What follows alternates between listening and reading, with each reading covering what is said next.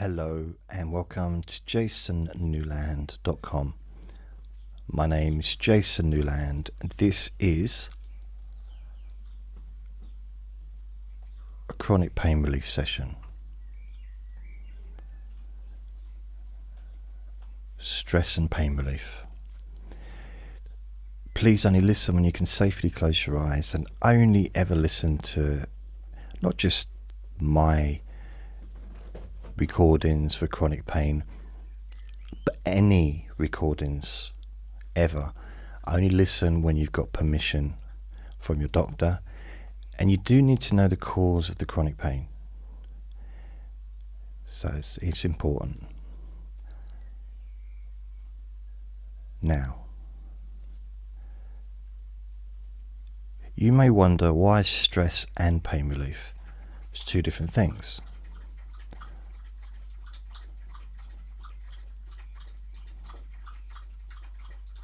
Are you enjoying the sound effects?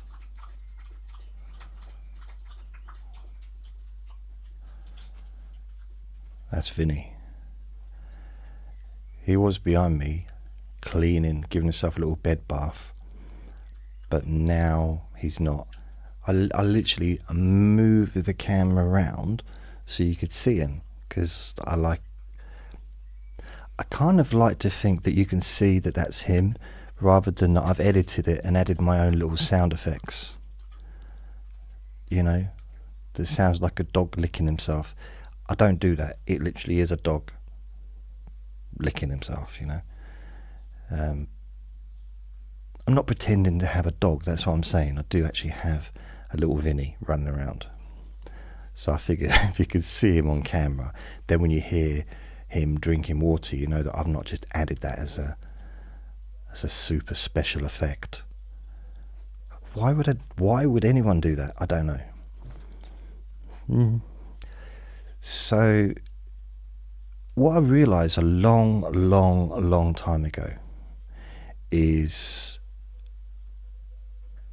stress relief equals pain relief.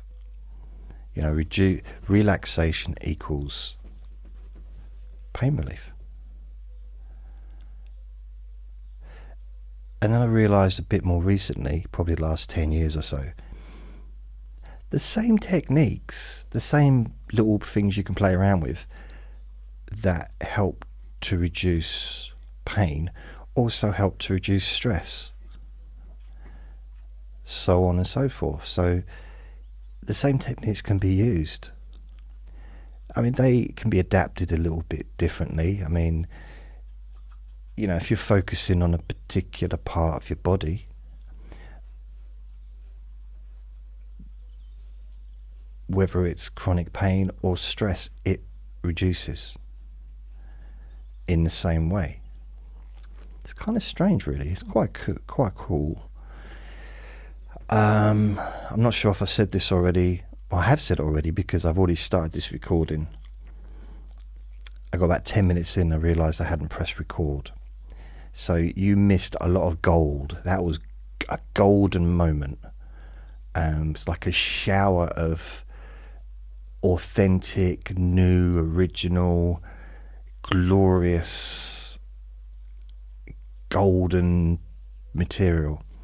It was like a glorious golden shower.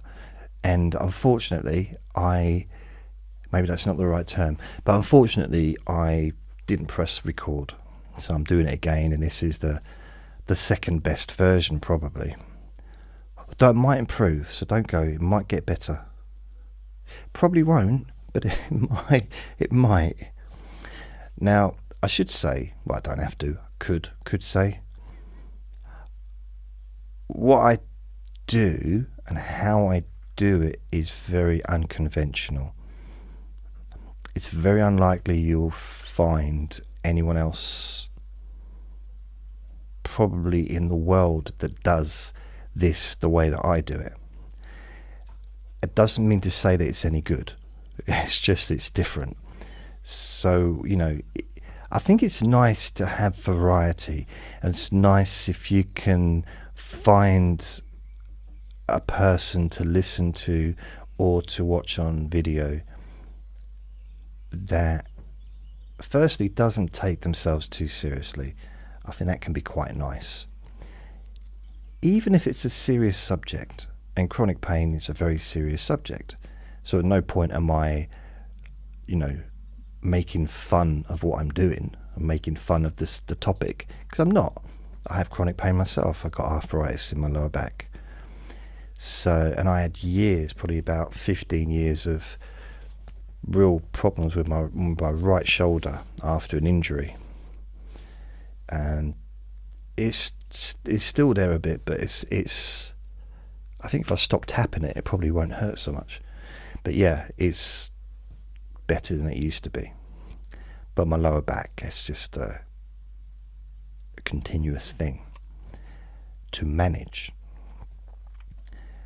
So even though, for those that haven't seen me before, for those that haven't, if you haven't seen me before, or you haven't listened to my podcast, because I do 6 different versions of this recording, will be on my podcasts.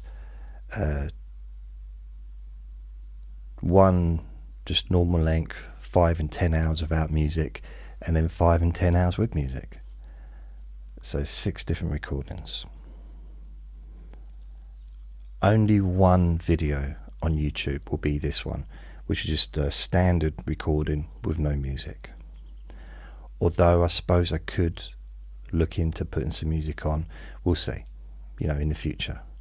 Maybe do 2 versions, one with, one without music. I didn't know. But I think the bottom line is you test it. How do you feel different compared to how you felt before? That's the bottom line. And if someone's sitting thinking, oh, this person sounds so unprofessional, which could, it's fair enough. But that means that you're inside your own mind moaning instead of relaxing, instead of letting go. Because if you're in your own mind judging, sort of judging, some people could like, oh, it's not fair that I'm making videos because I'm just too handsome.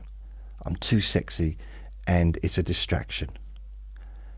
And it's really hard to close your eyes because you just want to look at this sexy body of mine. I understand that, but I guarantee there'll be someone that responds, oh, you're really up yourself. You really think you're an old man. You think you're really sexy. You got a big pink tomato face. It's like, yeah, I know what I look like. 54 years I've been looking in the mirror. Haven't had much time to do anything else, really. That's my advice. If you've got any advice for someone, my neighbour downstairs, 20 years old, I said, yeah, don't spend all your time looking in the mirror. You just don't get anything done. So, that was weird. That's got nothing to do with the recording. So,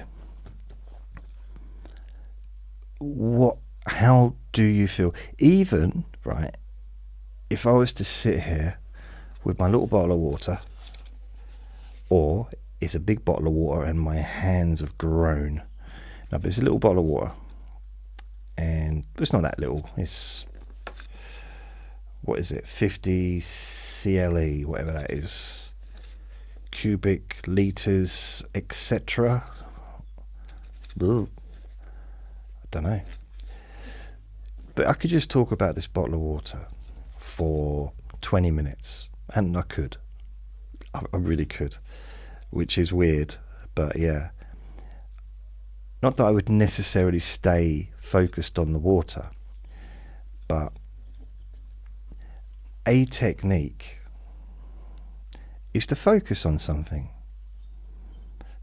that's so random that it takes your attention, moves your attention away from yourself. So you're not thinking about yourself, And that's kind of what these recordings are. At the very, very least, it's just me being annoying. I suppose, in reality, some people okay, it's just annoying. That's the worst case scenario. But generally, for those that are able to tolerate me, the worst case scenario is you feel more relaxed at the end of it. At the end of the video, at the end of the recording, the audio podcast. And so in a way, and I have set up I've got podcasts, Let Me Bore You to Sleep, Let Me Bore Your Pain Away, where the whole idea of those recordings really was, especially with the Let Me Bore You to Sleep that I've been doing for 7 years. I think I got 1,350 odd recordings. And they're all odd. They're all pretty odd. And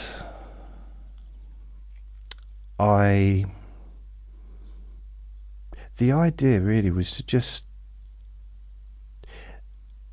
partially a distraction, but partially while you're listening to my voice, you're not worrying about stuff. While you listen to my voice, you're not thinking about the past.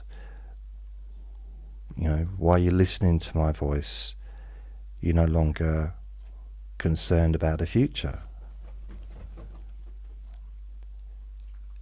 While you're listening to my voice, it's almost that, not that you've given me control of your mind, which you haven't, of course, but you've kind of maybe allowed my voice to be your internal voice for a little while.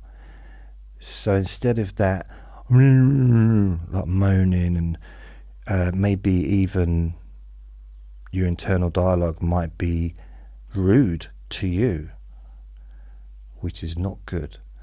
So it might be dismissive, it might be telling you, oh, you're no good at this, whatever. So you just quieten that down and let me be your internal voice for just this period of time. And I'm not going to tell you negative things about yourself. I'm not going to tell you what you can't do. I'm not going to tell you what you should do. I can tell you or mention what you could do, which would be relax, which would be not to take yourself too seriously. And there's also a concept that I think can be quite difficult, even for me to really grasp at times. And that's to let go. And when I mean let go, I don't mean forever. I mean, wow, I just pressed on my chest and I think it's hot in here, I'm sweating. Either that or my nipples are leaking. I'm lactating, I can't believe it. You might think, but that's in the middle of your chest. Okay, there's no rules about where your nipples should be. But I suppose anatomically maybe, but yeah, I've got 5. So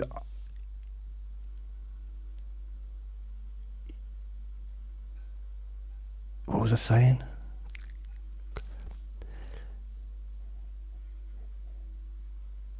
The thing that can be difficult, the idea that can be a little bit difficult to sort of think through. There's 2 actually. One is forgiveness. That's a really, really complicated one for some people to get their head around. And I'm one of those people that, yeah, I can see why it's complicated. But forgiveness, we're not talking about forgiveness really, but although I am, so I guess I am talking about forgiveness, but it's not about letting someone else off. It's about helping you. You're not helping the other person, you're helping you. You know, it's the whole an old Buddhist thing is anger, or, you know, let's say someone that doesn't forgive someone, holding on to anger is like someone chucking a hot coal at you, and instead of ducking out of the way, you catch it. So you're just going to stand there with this hot coal. It's quite an outdated idea, really, isn't it? I mean, when's the last time someone chucked a hot coal at you? I can't remember last time I even saw hot coal. Probably when I was about 10, 11, maybe 12. We used to have a fire in our house. We had central heating as well. I'm not that old. We did have central heating, but there was a fireplace downstairs, and it was a mixture of coal and logs as well. Yeah, I used to like that. But anyway, if you ever try to pick one of them things up, don't, because it's hot. I mean, you'd think like it's just come out of a fire, it's going to be hot. But there's always that feeling like, okay, you know when you get something out of the oven and if you pick it up quickly, it doesn't burn you. That doesn't work with hot coals. You know, if you've got a sponge cake and it's come out of the oven, and maybe, or a biscuit, and you think, well, I'll just quickly move it from the tray onto onto like a plate without touching the metal tray, that is. And sometimes, you know, you can do it just about, if you do it quick enough. Because I like to eat them straight away. Ideally, see, there's not a cooker that does this. If there was a cooker that cooked biscuits, right, like a biscuit maker cooker that cooked the food,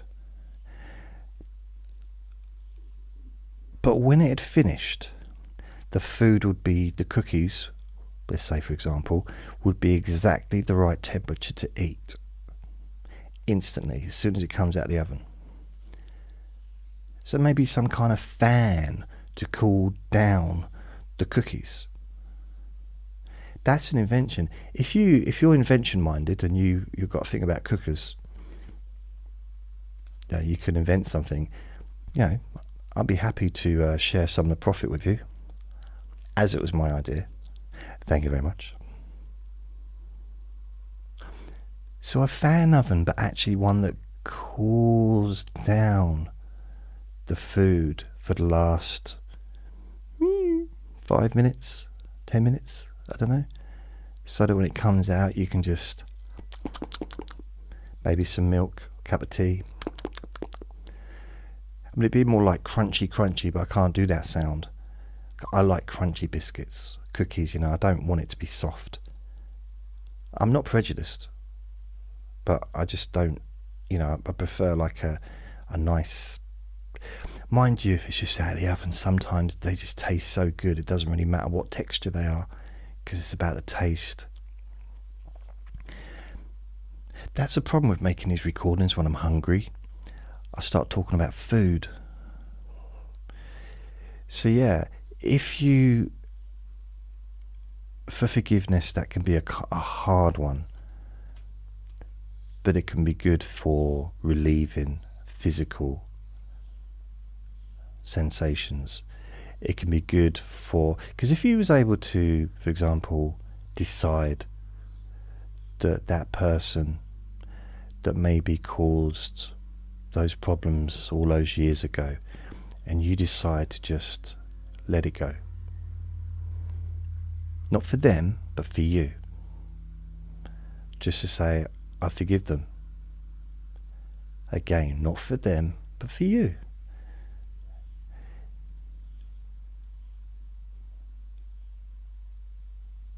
It can change how you physically feel. It definitely can change how you emotionally feel, but then that changes how you physically feel. Because if you're feeling calm in your mind, you will also be affected in your body by feeling calm. It works the opposite way as well, of course. So someone that has... So if I have arthritis, well, I do have arthritis in my back. If I get stressed, my lower back hurts more. If I get angry, my lower back hurts more. If I relax... We're doing these recordings are quite relaxing, actually. Because there's something about my voice. It's like my squeaky voice. It's so calming. It's quite relaxing to just focus on relaxation. And that's what this is, really. Focusing on relaxing, talking about relaxation in itself can be relaxing. Talking about your body feeling more comfortable and calm can cause your body to feel more comfortable and calm, because our minds are so powerful. You know, in a sense, you know, we get what we think about. If you're focusing and expecting a certain physical response to listening to me talking, then there's a good chance you're gonna have that physical response, because that's what you expected. Which is why these can be very useful when you start to listen or play the video, listening to the podcast with that expectation of actually feeling more calm in your mind and your body, because maybe that's what's happened previously. That's what's happened in the past when you've listened to me, when you've heard my voice, when you think of me, perhaps as a sense of your mind slowing down, your internal dialogue no longer racing around and maybe being petty or being negative for perhaps, and it calms down. It gives you a break. And a thing that I know some people, it can be a complicated idea of letting go of everything. And it's not about letting go of everything forever. It's, for me, it's when I say just, when I do a recording and I'm kind of aiming at you letting go of everything during the time that we spend together. And when I say everything, I do mean everything. Whether you're visiting someone in a hospital, whether you've got a loved one that's in trouble, whether you're in trouble, whatever, any of that worldly stuff, you're letting it go temporarily. It doesn't mean that you don't care, because of course you do. It's not about that. It's like, well, I've heard people say to me, well, I can't let that go because I care too much. It doesn't stop you caring, but in that moment, you're not thinking about that. In this moment, you don't care about anything. You're not worried about anything. You're not concerned about anything. Maybe you're not even thinking about anything. It's an opportunity for your mind and your body to kind of sync together. And in a way, if you think of it as a sink, a literal physical sink, you can just pull the plug hole out and let all that stuff just drain away. All the stress, all the tension just drain out of that, down that plug hole in the sink.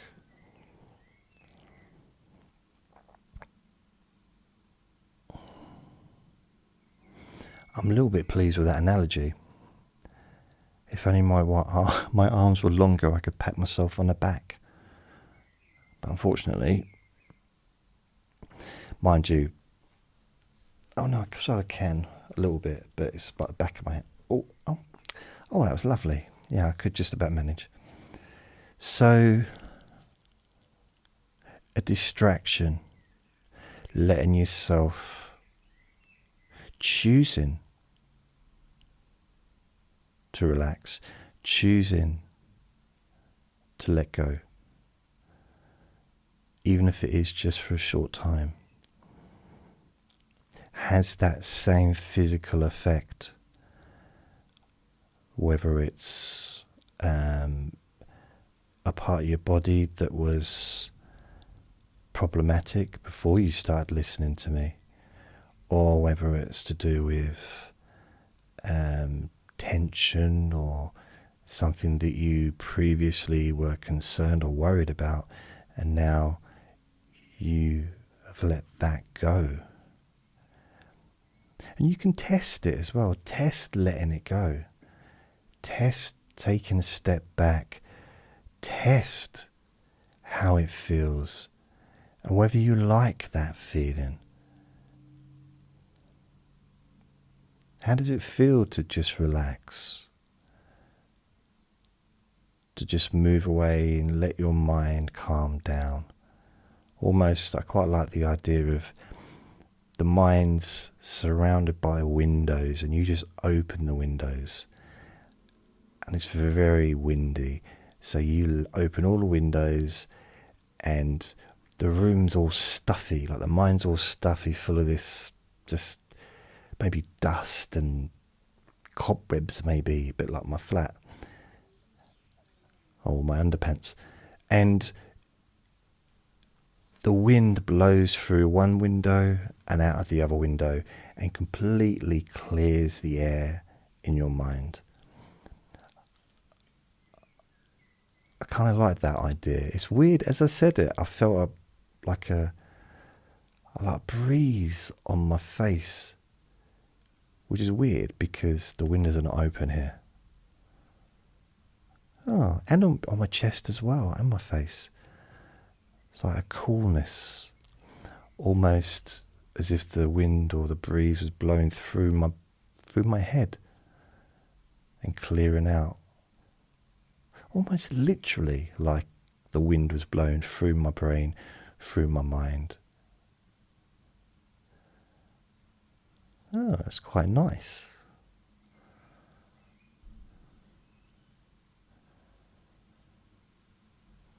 I'm pretty good at this. I'm joking. It does feel nice. It's quite relaxing. Been doing this for 19 years. Can you believe it? 19 years. I know, you'd thought I'd actually have some kind of skill by now, wouldn't you? It might happen one day. I mean, I do believe everyone's got something that they're good at. I just... eating biscuits and watching television, I don't think that's necessarily a skill. I'm great at that. You should see me devour an Easter egg. Wow. Poor. I'm talking about chocolate and food again, aren't I? Okay.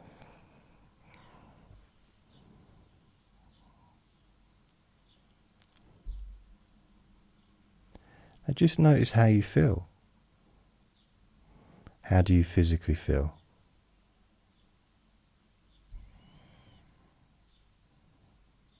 How do you feel in your face, your shoulders, your neck, your arms, your hands and fingers,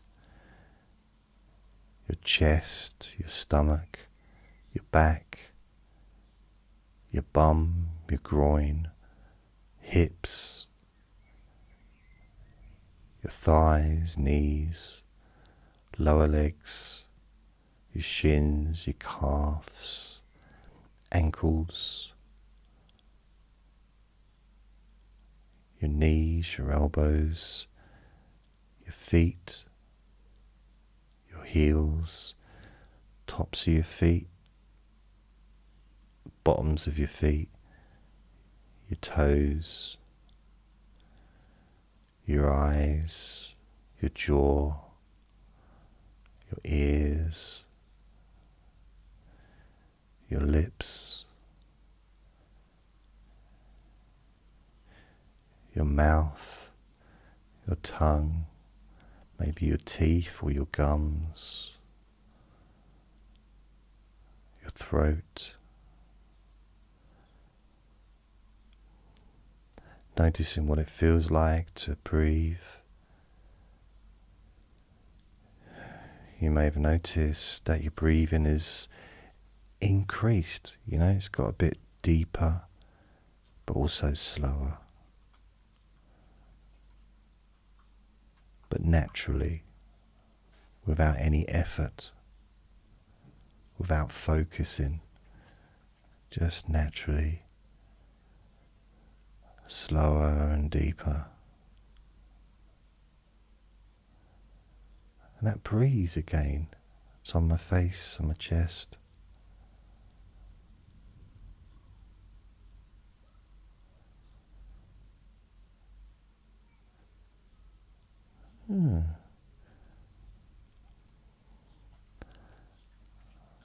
For a minute I thought I'd just check the windowsill and make sure Vinny's not farting in my direction. But then it wouldn't be a cold breeze, would it? It'd be a smelly one.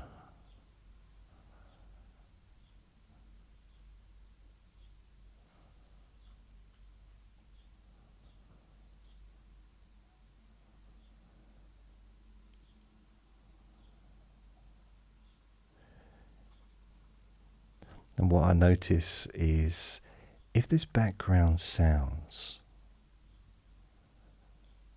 I find it's actually helpful. It tends to increase the relaxation.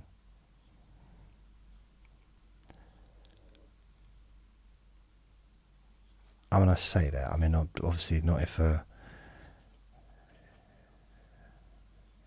you've got workmen out in the garden digging for oil, then yeah, that's shaking the whole building. Perhaps that wouldn't be particularly relaxing, but generally,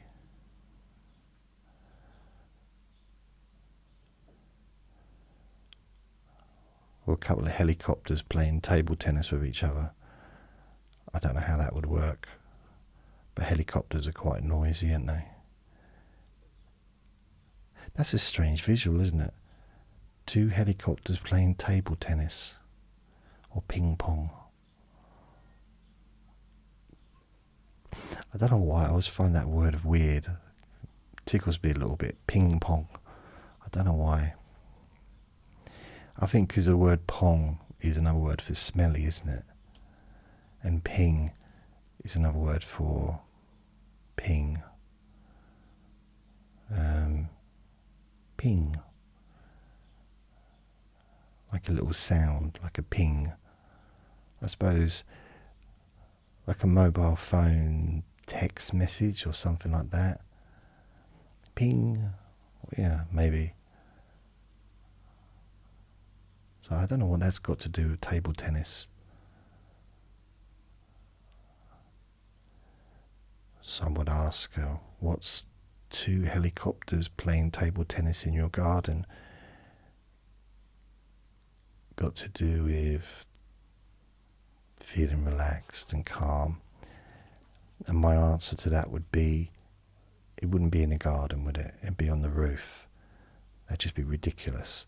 How are they going to fit in the garden? It's only a tiny little garden. 2 helicopters. They need to be on the roof. And then I think, well, it's not a flat roof, so that'd be very difficult. They have to reconstruct the whole building. I've been on some roofs that were big enough for 2 helicopters and a big table tennis table or ping pong table. Ping pong.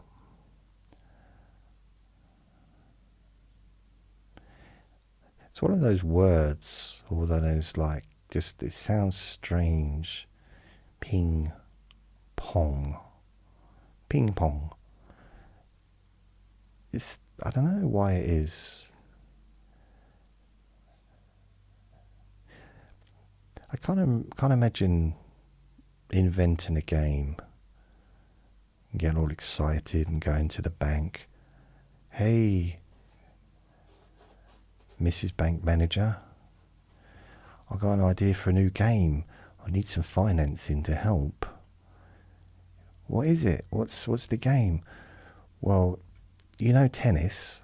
Yes, I've heard of the thing. It's like tennis, except it's done on a table, and the net is across the middle of the table, and the two participants use little bats, and they stand up and play.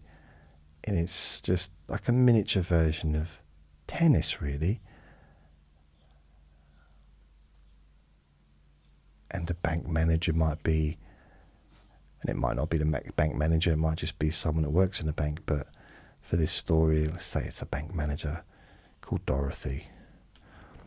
She's got 3 cats, and she enjoys going on a holiday, scuba diving. Just a little bit of a backstory. She once dated a man called Jeremy, and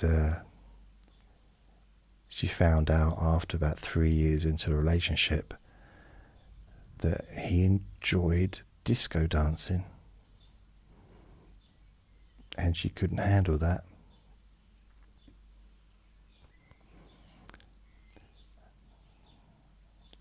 She also planted a tree near to where she was living when she was a child, and now that tree's grown. It's very big. But the thing that she doesn't realise is that actually the tree that she goes and hugs and, visits, it's a different tree. She forgot which tree it was. And when she visits and she takes people with her and she shows people around, say, let me show you my special tree. It's not her tree at all. Her tree's the one next to it. And her tree's a bit upset about that. It's not getting any attention. The thing is, the reason she thinks that that's her tree is because she went away for quite a while and she came back and the tree was big. She knew the tree next to her, the tree, wasn't hers because it was small. And her tree would have grown. After 10 years, it would have grown a lot bigger. So she knew that the big tree was hers. But what she didn't know is what she actually planted wasn't a tree, it was a daffodil. Daffodil? Daffodil. Daffodil. That's not even a word, is it? A daffodil. So she planted this daffodil, thinking it was a tree, but it wasn't a tree, it was a daffodil.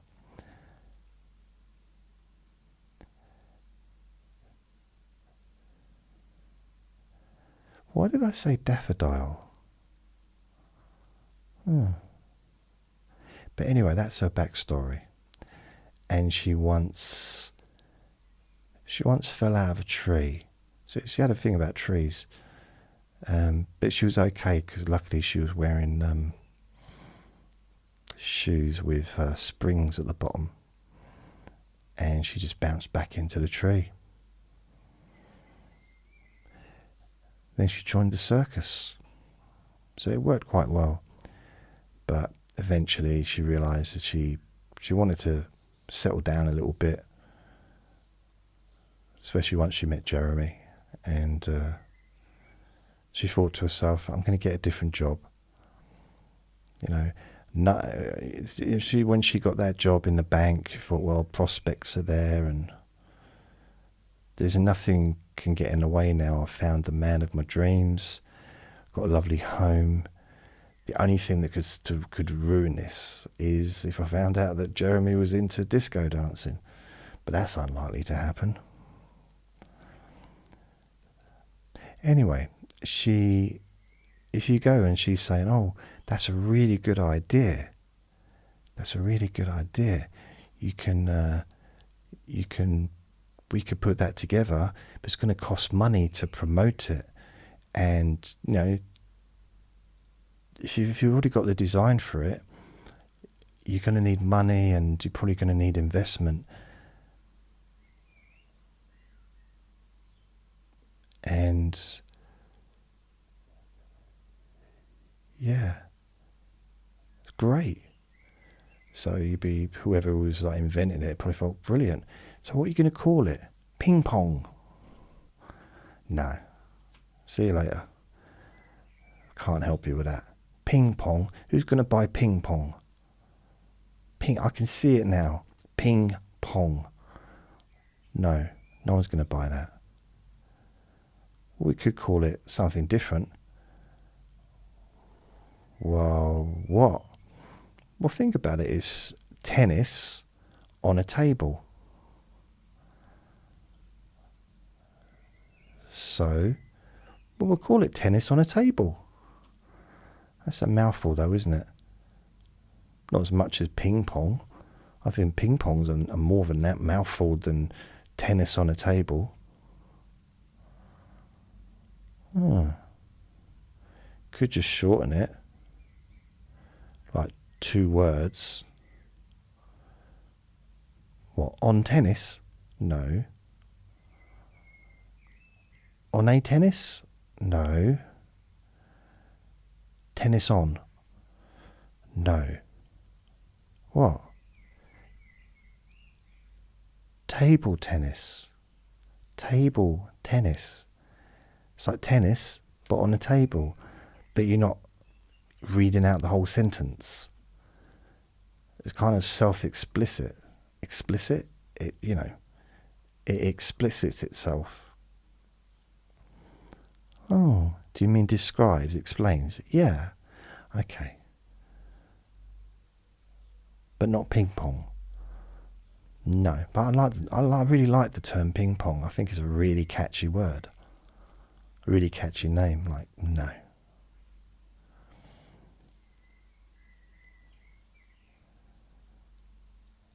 But yeah, if those kind of sounds, it would probably be quite noisy. But generally, background sounds, like the birds singing. I like the birds singing, because this isn't you may listen to this and fall asleep and stuff, but I really, really love the sounds of birds. I always have done. I'm not always. I'm sure there's been times when I've not wanted to hear birds. I can't think of any of those times. It's hard to say I've always.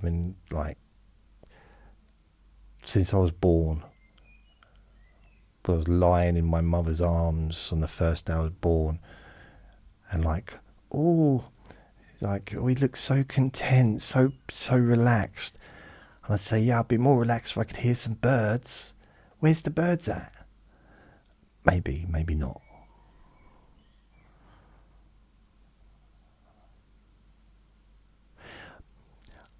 I find parrots very noisy. Very. Okay, that's probably not a good example of a parrot, but they're not quite as sweet. And there's this bird outside. It whistles, but it sounds like a human whistling.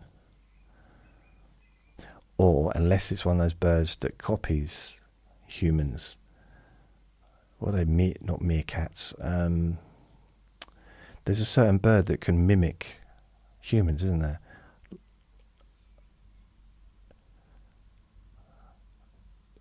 I wasn't thinking of parrots, but maybe. But there's another one. There's another bird that can do it. I forget what it is. Is it a budgie? Can budgies learn words? I don't know. We come full circle, because I'm sure I saw budgies playing table tennis on a video. Maybe it was ping pong. Ping pong. I don't know. That's just stuck in my head today. I don't know why. I don't know where the word came from.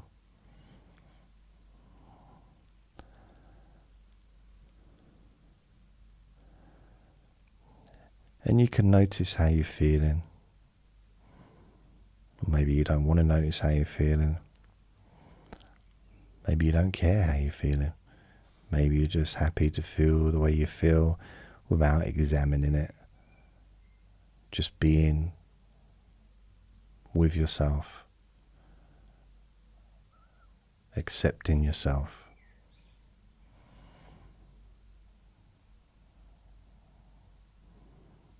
I suppose being in the moment.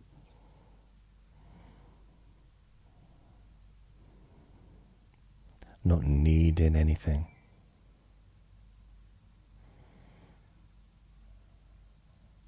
Feeling peaceful.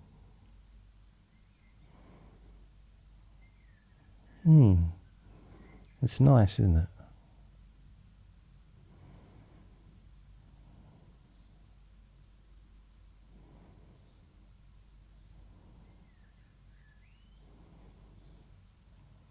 Well, that brings me to the end of this recording about ping pong and other stuff that I've talked about.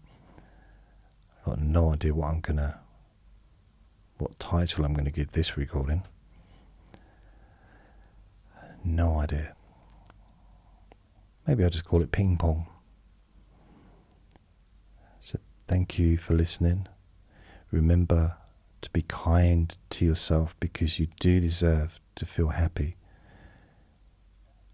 And be gentle with yourself, because you deserve to feel safe. Lots of love.